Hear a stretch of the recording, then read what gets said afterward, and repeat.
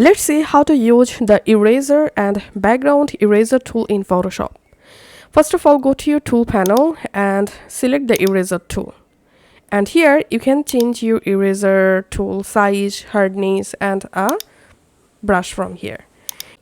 Now we must have to unlock the layer. And now go ahead and erase something from your photo using the eraser tool just like this.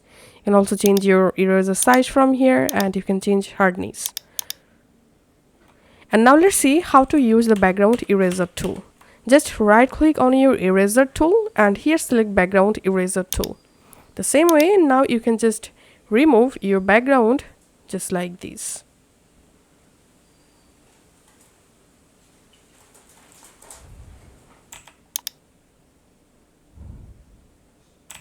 And here's, if you right click on the eraser tool, you get this magic eraser tool.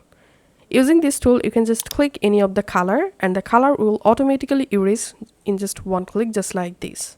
So that's how you can actually use the eraser tool.